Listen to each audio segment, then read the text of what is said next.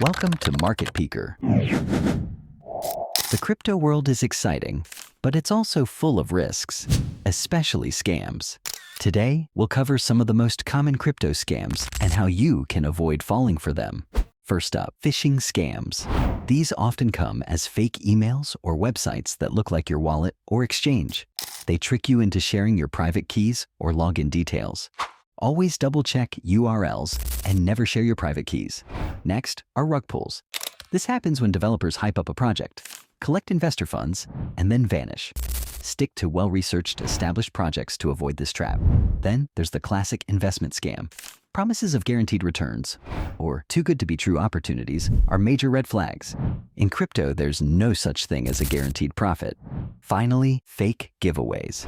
Scammers pretend to be celebrities or influencers, asking you to send crypto to double your money.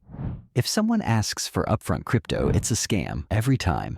To stay safe, remember these tips. Use two-factor authentication for accounts. Verify every link and source. Never trust anyone asking for your private keys.